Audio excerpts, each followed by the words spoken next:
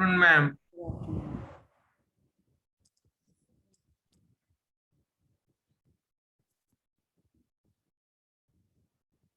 So in the last lecture, we have discussed Newton's method. Any doubt in Newton method? Actually, it is a formula-based method. Yes. Ma'am, you gave one question, and in that question, you said that it could take 3 iterations. So, ma'am, I want to ask, like the initial guess, that is also counted as an iteration. No, no. Actually, if it is given, then you how can you count that? No, ma'am, it was not given. We had to find it using the IVT. The first question that you gave. You will find the interval, na? But if it is the question can come like you find the 3 iterations, it is other than initial guess. Okay. Okay. So means iterations means you have to apply the formula. Means this is the question, na? Means if the question can come like this, the perform 3 iterations of Newton method. So in P note, you are not calculating by the Newton's method, na? Yes. Yeah. So the Newton method is a formula-based method, and if you know the formula, you can find the sequence generated by the Newton's method by taking any initial guess. Okay. So the stopping criteria of the Newton method is also same. Your voice is lagging. Okay. Ma'am, your voice is lagging. Okay. Okay. Just a minute.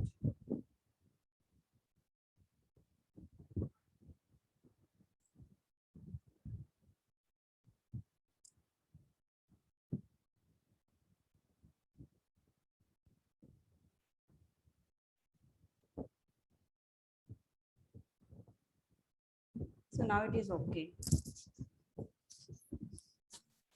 Excuse me, ma'am. Hello. Yes. Ma'am, there is one question, x is equal to tan x. Yeah. And we have to do it by floating point iteration. Ma'am, what will be the gx for this? Fixed point iteration. Yes, and the interval is 4 to 5. 4 to 5. Okay. So you cannot take tangent x because tangent x is not a continuous in this interval, na? Yes, ma'am. Inverse is also not. Inverse will not gives you anything. It's coming out not in the range of 4 to 5. Yes, actually, this is the question. If you start with any initial guess, then you will get the you will not reach at 4 and 5 interval. You will get the another interval here. Means suppose it has a root in between 1 2 also, so that will converge to 1 2 root. Means that root lie in 1 2. So in that case, if it is because if you know that this is a periodic function, and you can add pi into that root. Suppose you are getting any root by using x naught between 4.5. Suppose you are taking 4.5 as an initial guess, and at last you will get the root. Suppose you are getting 1.5, so that is the approximate root of this equation. Suppose I am taking, so then you add pi into this, so then again it will be the root of this function. It will gives you the root in between 4 and 5. So that is the only uh, uh, choice you can do for this question. This is a MATLAB question. I know that if you take any initial guess, that will converge to 1 2 only, means the root line 1 2 only. And ma'am, gx was also not coming accurately if we take Because it. this is correct, na? This will work, I think. Ma'am, tan inverse x. Yes. This should be as a g of x. It is a continuous function and it maps into itself also. And this is a derivative is also less than 1, strictly less than 1 between the interval. Tangent x will not work. Obviously, this will also not work if you take x minus tangent x by secant square x. This will also not work, because here if you take secant square x, again it is not defined, means derivative is also approximately equal to 0. Ma'am, in case of x is equal to tan inverse x, if we take x is equal to 4, Then we not get the answer in the interval 4, 5. It's come out 75 point something. Tangent inverse 4. Yes, ma'am. Tangent inverse 4 is.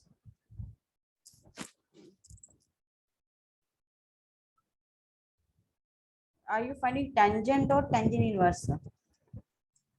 Ma'am, tan inverse. We have from tangent. Just a minute.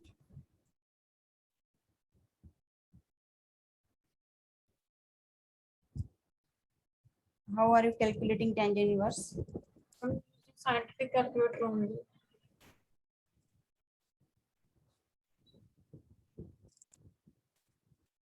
Actually, I don't have tangent inverse in this. So if you calculate tangent inverse 4, it will be. मैं अगर tan inverse infinity भी कर दे मैं फिर भी pi by 2 आएगा which is less than 4. It is less than 4, yes. Tan inverse 4 तो इतना बड़ा नंबर तो नहीं आना चाहिए. Tangent inverse 4. So are you calculating tangent? कहीं है तो नहीं कि tangent hyperbolic calculate कर रही हो?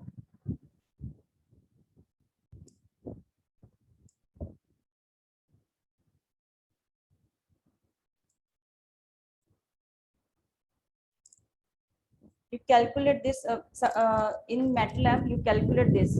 You write a tan in MATLAB, and then write 4. So then you calculate a tangent 4. Okay, हम ma'am. नहीं आएगा ma'am. That is not in the range of 4 and 5. No ma'am. It's not coming actually. Degree or radian?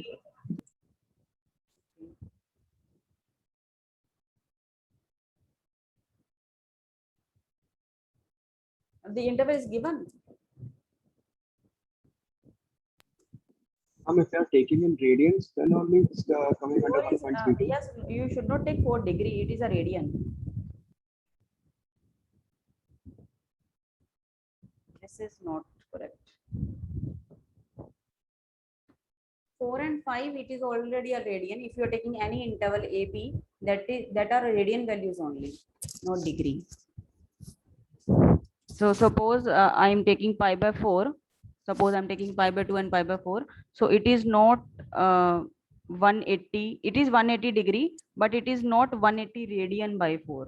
So either you write pi or you write 3.14, means approximate value of pi. So it is better if you write pi only. In MATLAB, you write pi. So that is for pi. So don't write 180 degree. So you set your calculator in radian mode.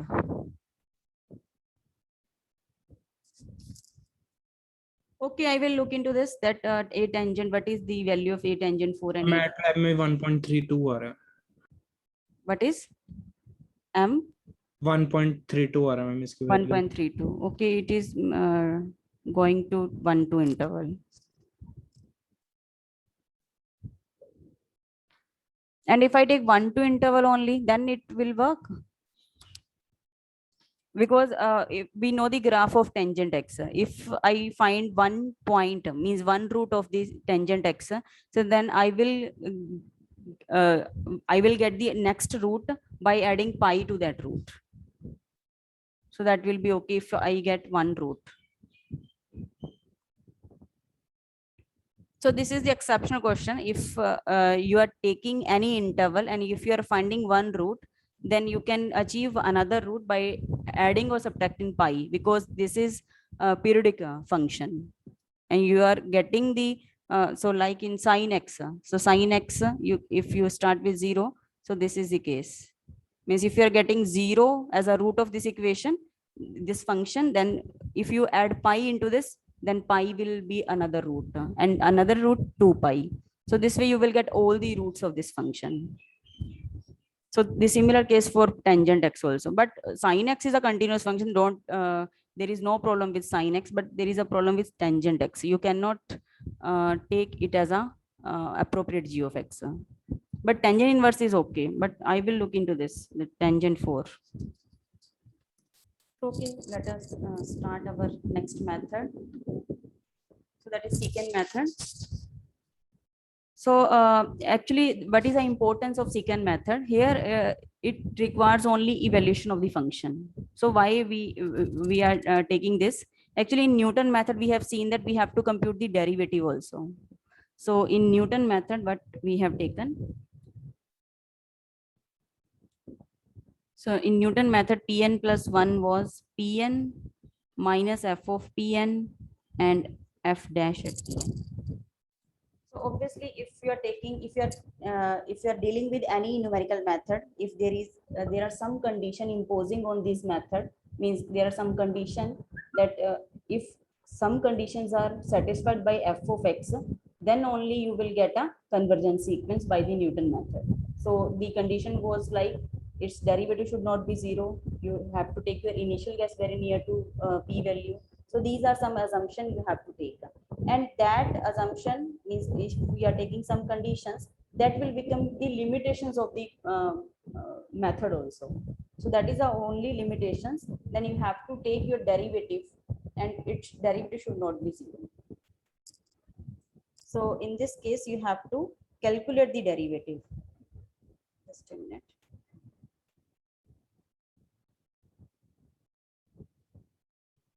So here you need to calculate.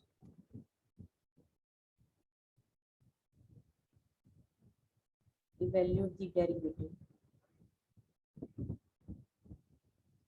of the function at each iteration.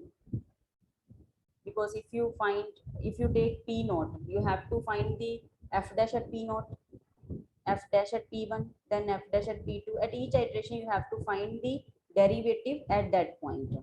So this is, we can call it a limitation of the function. Means suppose there are some other functions. Suppose we are finding the root of this equation, and this function does not have a derivative. Means the derivative of this function does not exist. So then how we can find the root of this type of equation? By using the Newton method. So in that case, Newton method will fail if derivative does not exist. So in that case, we have some other methods also that we can call it secant method. So it requires only evaluation of the function. It does not require the derivative of the function. So now let us derive this method. So to find the root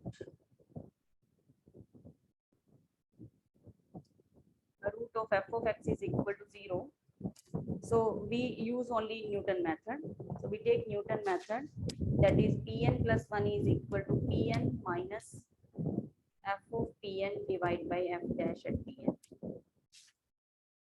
So this is the method, and here you have to take, it should not be 0 for all n. So now in the secant method, we will replace this derivative part with some other expression that will give you the secant method. So we will remove this derivative part by taking, we know the formula of the derivative.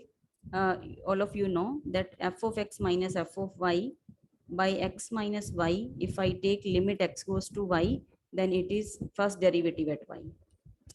This is the formula of this is the definition of a derivative. And if I remove this limit, then it will be the approximate form.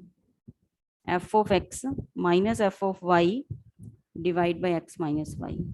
So here I can replace it with, means if I take f dash at Pn, I will write it as f of Pn minus f of Pn minus 1 divided by Pn minus Pn minus 1. So I'm taking limit here, which is Pn minus 1 is tending to Pn. That will gives you f dash at Pn. So I can write it as an approximate value of f of Pn minus f of Pn minus 1 divided by Pn minus 1. So I will replace this number, this expression with this expression.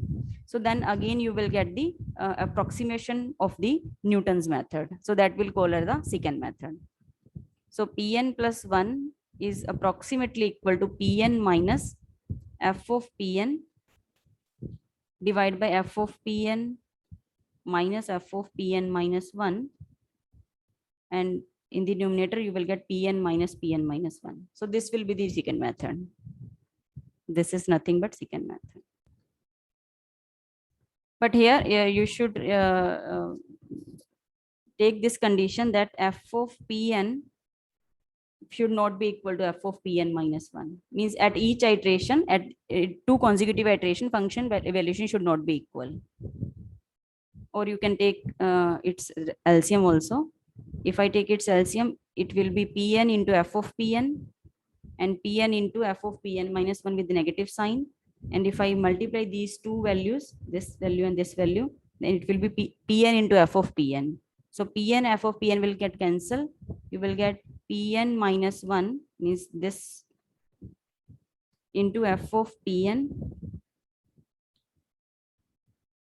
Then this way minus Pn into f of Pn minus 1 and divide by f of Pn minus f of Pn minus 1. So either you remember this formula or this formula. Both are same. We have taken the LCM only. So this is the second method.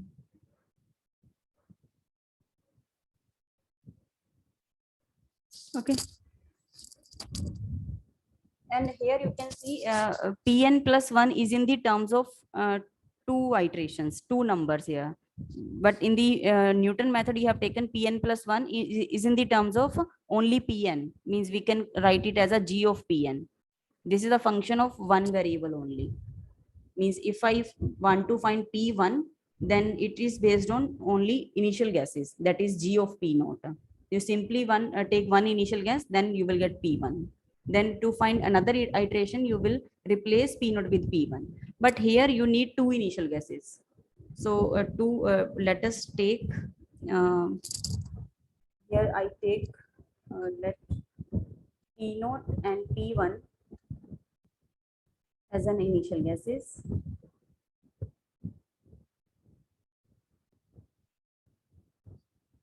Then you will write P2. I'm taking n is equal to 1 here. So then I will get P2, which is in the form of P naught and P1.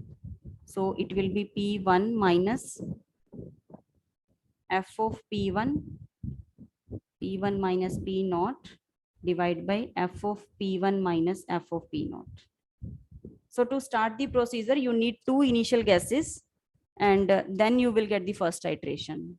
Means these are initial guesses, or you can call it initial guess or first iteration or second iteration, or you can call it as a first iteration of the second method, means denoted as a P2. And then P3. So how to get next iteration? So you replace P1 to P2, mean that is new value, and P0 to P1. You take previous two iterations to get a new one. So P1 will be replaced with P2 minus f of P2, then P2 minus P1 divided by f of P2 minus f of P1. So here you will get the third iteration. So similarly, means fourth iteration in which you replace P2 by P3 and then P1 with P2. Means two previous iteration will be used to get a new iteration. So this way you will, if I write in general, then Pn plus 1 will be in the terms of two previous iteration, that is Pn and Pn minus 1. Okay. So this is the formula you have to remember. So here you can see in this method you have to requires to evaluate the function evaluations only. So it requires only function evaluations of the function, nothing else. How we could write this approximate derivative, like without taking the limit? Without taking the, actually this derivative is a limiting case of this expression. Yes, If, okay, if you remove the limit, then it will be the approximate value of this expression. Na? Okay. Suppose I'm taking 1 by n, means if I'm taking 1 by n, then it is approaching to 0. It is approaching to 0 when n goes to infinity. But if I take a large n, you can replace it with approximately equal to 0. As for large n, you can take.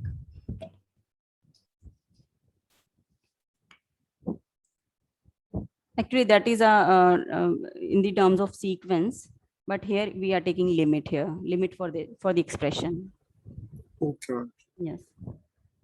So now we will derive the same formula by using the graphical representation. So here we take f of x is equal to 0 and take initial guesses.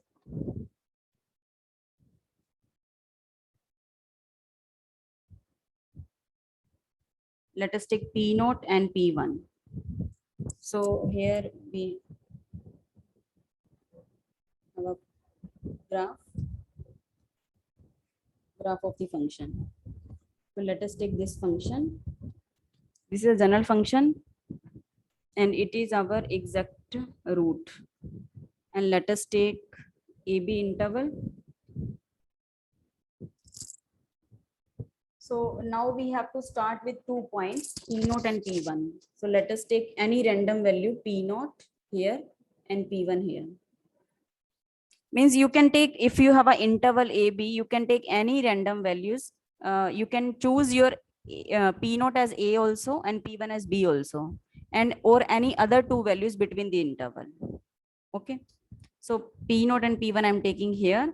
So this point is on the interval is this P0 and f of P0. And here I have to modify the function so that I should get P1.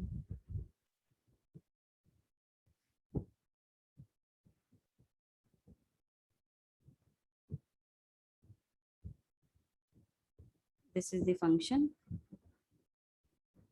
This is the point P1 and f of P1. So these are 2 points on the graph and we join because our method is secant method. So we will draw the secant by joining these 2 points. So let us.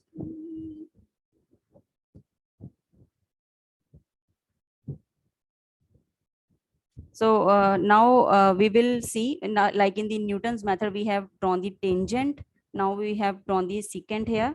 So write the equation of the secant line, and where it cuts the x-axis, we will find this point. So equation of secant line. And you know the equation of a line when it passes through 2 points. So it is y minus f of P1.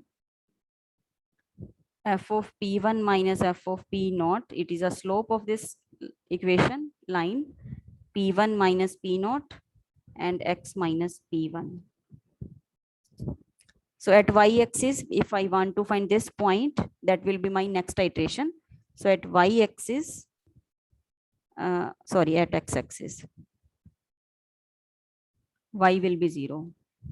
So minus f of P1, which is equal to f of P1 minus f of P0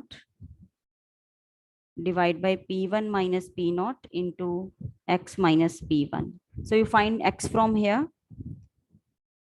So it will be minus f of P1 into P1 minus P0.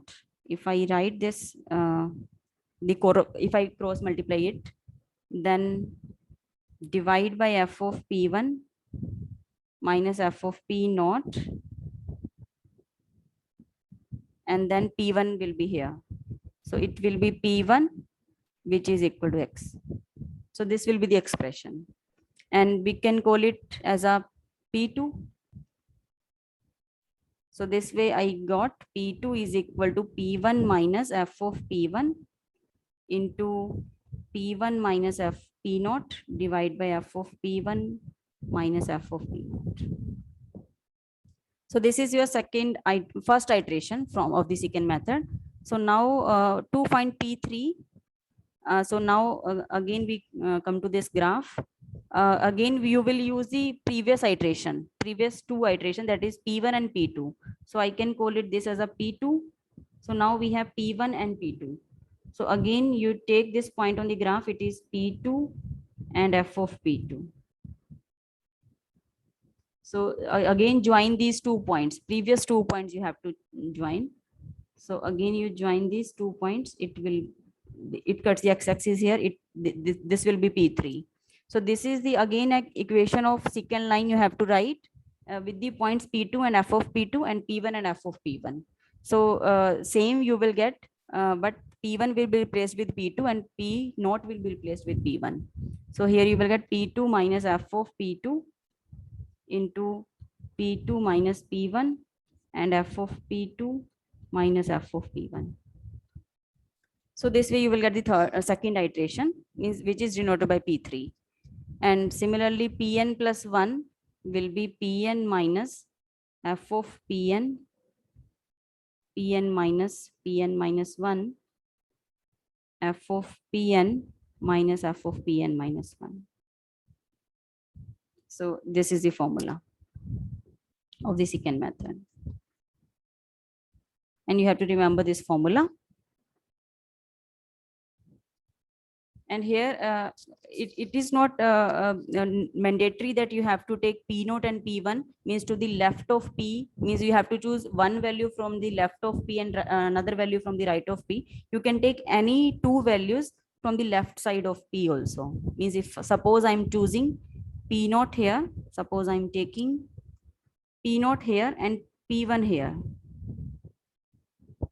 Suppose I'm taking p0 here and p1 here, suppose. So here it will be, means these two values are here, and if you join this by a secant line, then you extend this line where it cuts the x-axis.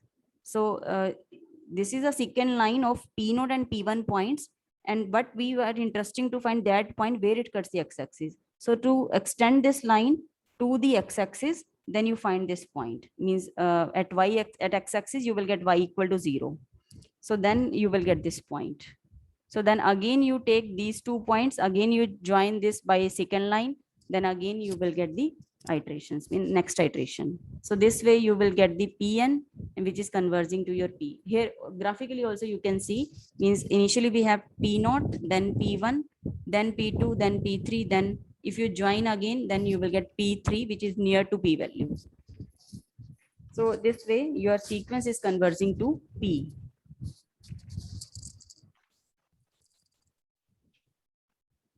Yes, any doubt?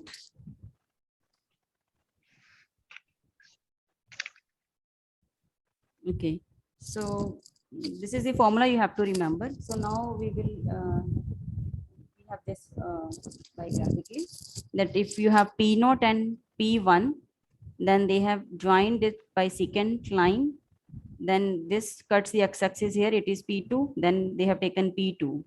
So now they will use p1 and p2 as a previous iteration. Then again you take a secant line, it cuts the x-axis here, it is p3. So this way you will proceed. So you are approaching to your root here. So now we do one example of the secant method.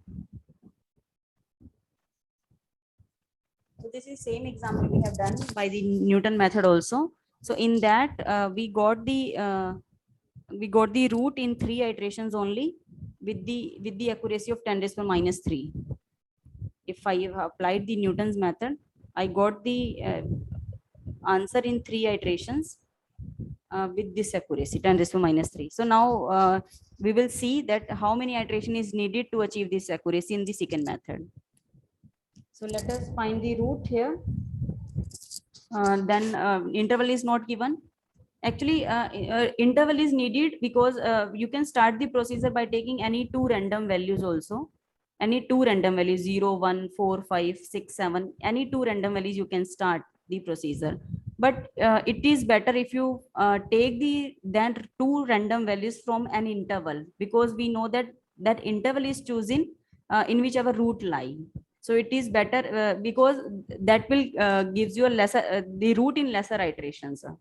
Suppose you are taking the iterations as, suppose you are taking the initial guesses as 6 and 7, but if your root is 0.53 suppose, then you need to take more iterations to achieve this accuracy. So it is better if you find the interval. At least you will choose the 2 initial guesses from the interval near to your p-value. So let us take a positive and negative sign. It is positive and f of pi by 2, which is negative. So by IVT, because this function is continuous also, the root of f of x is equal to 0 lie in 0 to pi by 2. So by using secant method,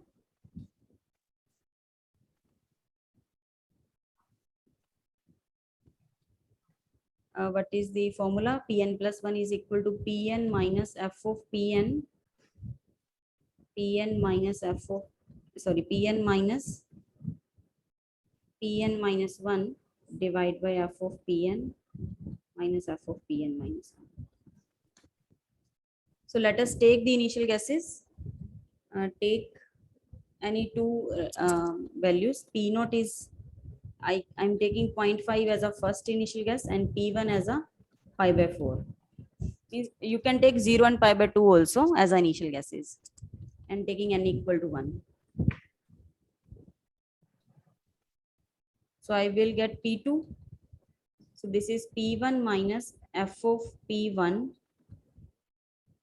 minus P naught divided by f of P1 minus f of P naught. So it will be pi by 4 minus f of pi by 4 into pi by 4 minus 0.5 and divide by f of pi by 4 minus f of 0.5. So now here you have to take care of this cos, means if you are finding cos at pi by 4, you set your calculator in radian more because pi is already in radian.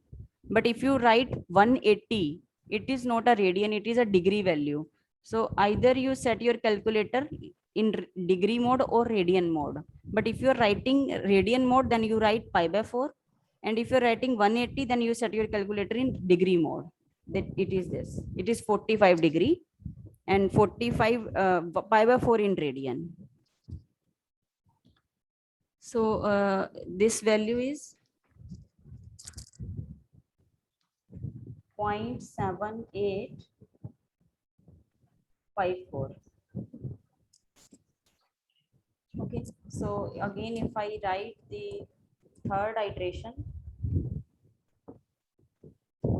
so the new value will be replaced, this P1 will be replaced with the new value, that is 0.7854 minus f of 0.7854 into 0.7854 minus the previous one, that is P1, it is pi by 4. Then f of 0.7854 minus f of pi by 4. So this value is 0.73638. And then if I find P4, it is 0.7390. And if I find P5, it is 0.7391. So here you got the accuracy up to 3 decimal places in 5 iterations. In 5 iterations, you are getting the accuracy. So, but in Newton method, you are getting the same accuracy in 3 iterations only. That is because we have taken the approximation form of the derivative. So obviously, I'm not saying secant method is better than the Newton's method, but if Newton method will fail, if the derivative will not exist, then in that case, you can go with the secant method. So this is your last iteration.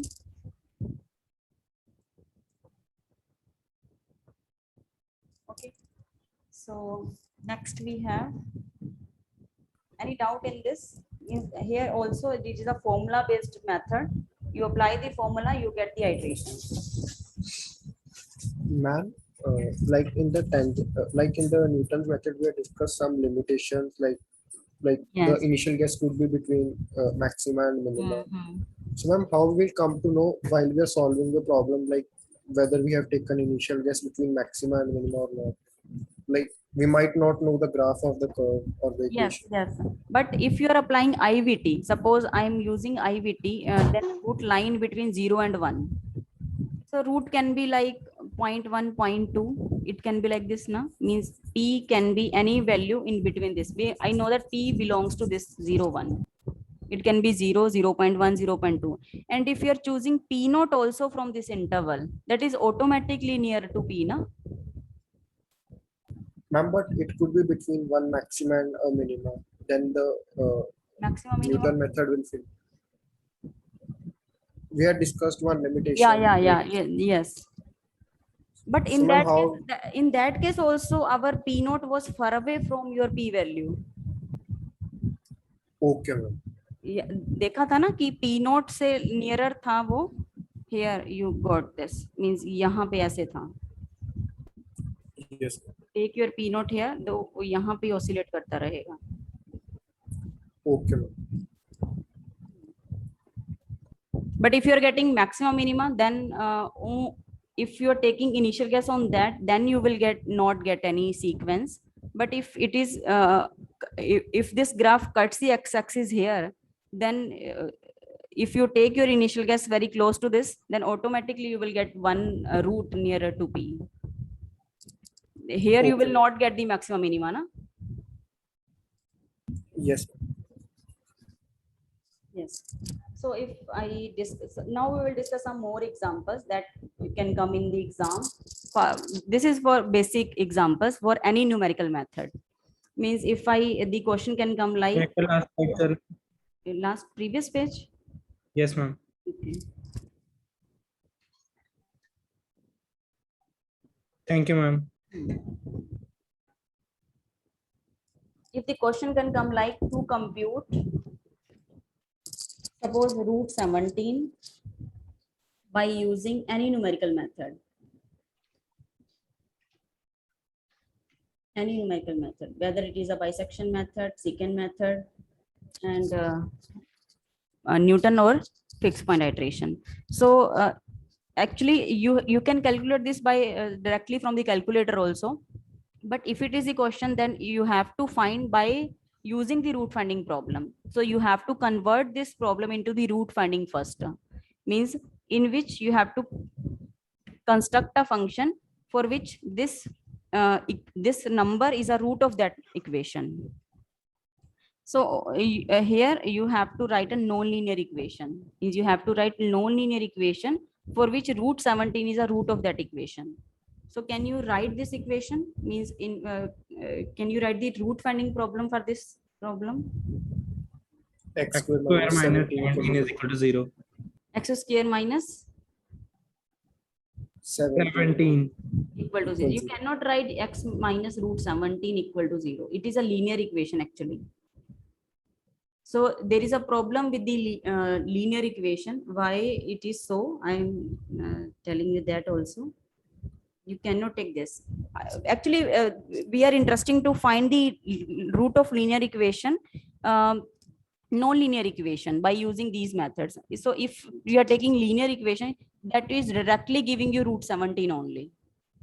So that is not giving you good approximation. So there is no use of method. I mean, there is no use of bisection, Newton and secant. So if suppose I convert this equation into the linear equation, that is x minus root 17 equal to 0. And if I apply Newton method, suppose on this equation. So by Newton method, I will take Pn plus 1 is equal to Pn minus f of Pn, that will be Pn minus root 17. I will take f of x is equal to root 17, x minus root 17. So then its derivative is 1. So here you will get root 17 only. So that can I calculate before applying Newton's method also. In the first iteration, I am getting root 17. That is no use of Newton method here. So that's why if you're taking non-linear equation, you will get some derivative part in the denominator. Then only you will get the some good approximation. That will means that is the beneficial of the methods also. But here you are not getting any method, any benefit from Newton's method. You're getting the root 17 only as a first iteration. So next is, if I want to compute, that is similar to root 17, means 23 raised to power 1 by 3. So again, the nonlinear equation will be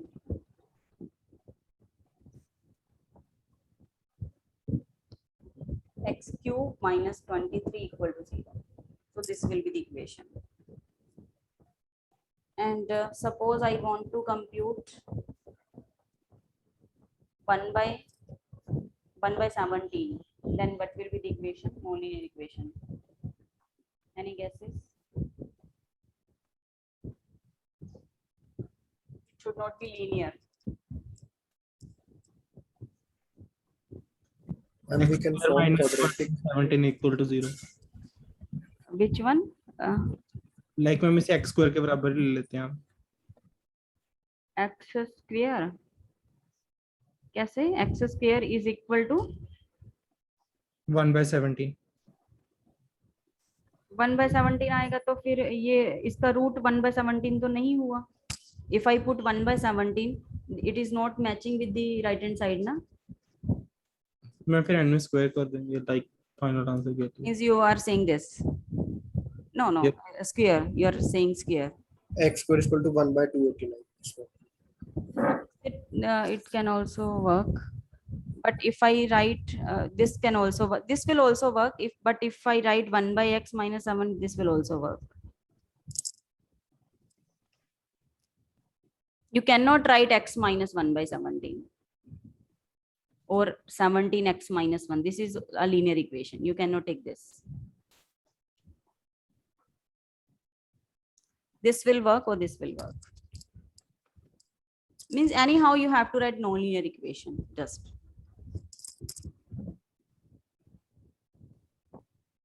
So these type of question can come, means if there is a problem.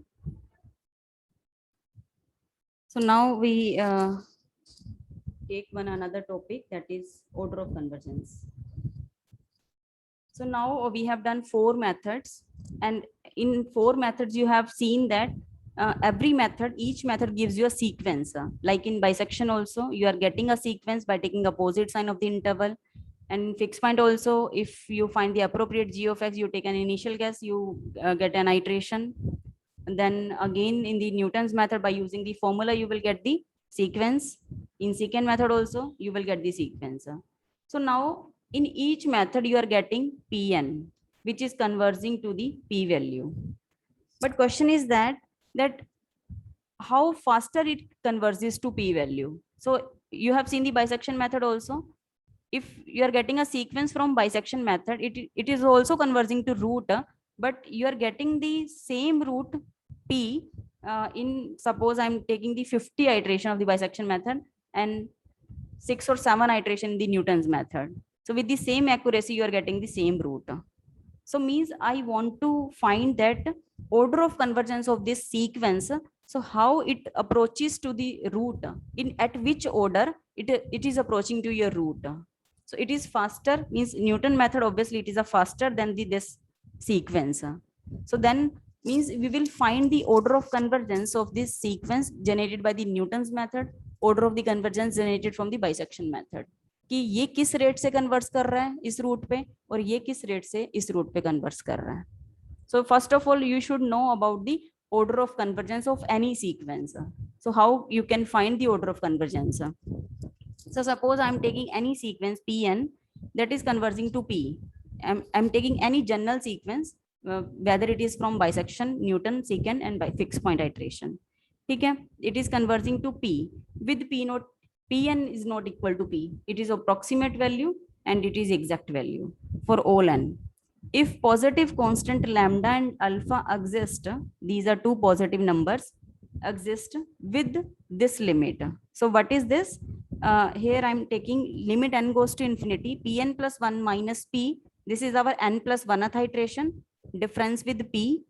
Then take nth iteration, difference with P raised to power alpha is equal to some finite number, that is positive constant. If this limit is finite and it is a positive number, then Pn converges to P of order alpha. If this limit exists and it is equal to some finite limit, then हम क्या कहेंगे? This sequence is converging to P with order alpha, with asymptotic error constant lambda. So Pn is converging. Suppose I'm taking the any sequence generated from bisection method, and if its order is alpha, and if its order is beta, suppose its order is alpha, if its order is beta, and if I say alpha is less than beta, means that is for general case, a sequence with higher order convergence, suppose this is alpha is less than beta, then we will say it is converges more rapidly than a sequence with the lower order. So obviously if I take beta is greater than alpha, so this sequence will converge to p faster than this sequence. So for example, if I'm taking just simple example to understand it, suppose I'm taking 1 by n sequence, 1 by n square sequence, 1 by n cube sequence.